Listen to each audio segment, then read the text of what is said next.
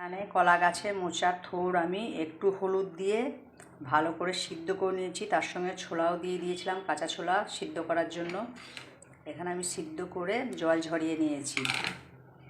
তারপরে আমি একটা কড়াই বসিয়েছি, কড়াইয়ের মধ্যে তেল দিলাম।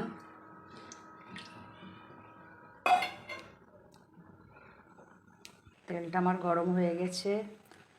এখানে আমি সাদা জিরা দিলাম ফোড়ন,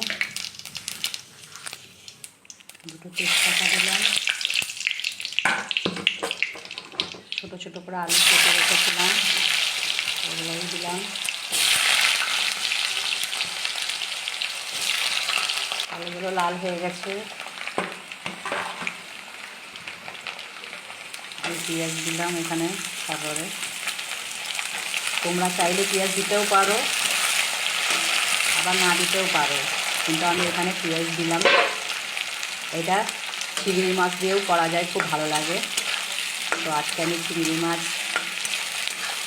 বাড়িতে ছোলা ছিল কাঁচা, ওই জন্য কাঁচা ছোলা দিয়েই করলাম। তোমরা চাইলে চিংড়ি মাছ দিয়েও করতে পারো। আমার পেঁয়াজ আলু লাল লাল ভাজা হয়ে গেছে।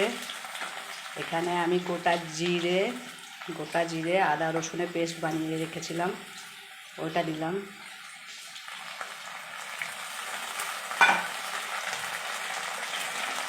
তারপরে হলুদ গুঁড়ো দিলাম, তারপর লঙ্কা গুঁড়ো দিলাম, একটু চিনি দিলাম,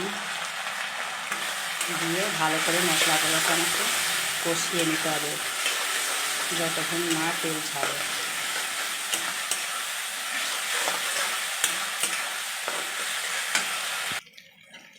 দেখো আমার মশলা থেকে তেল ছেড়ে গেছে। আমি ভালোভাবে মশলাটা কষিয়ে নিয়েছিলাম।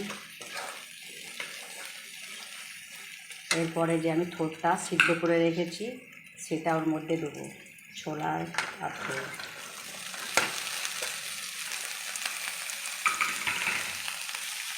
এর মধ্যে আমি দিয়ে দিলাম, দিয়ে ভালো করে আমি মশলাটা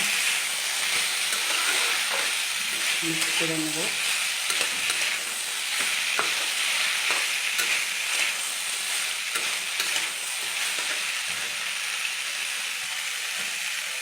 এবার স্বাদ অনুযায়ী নুন দিলাম।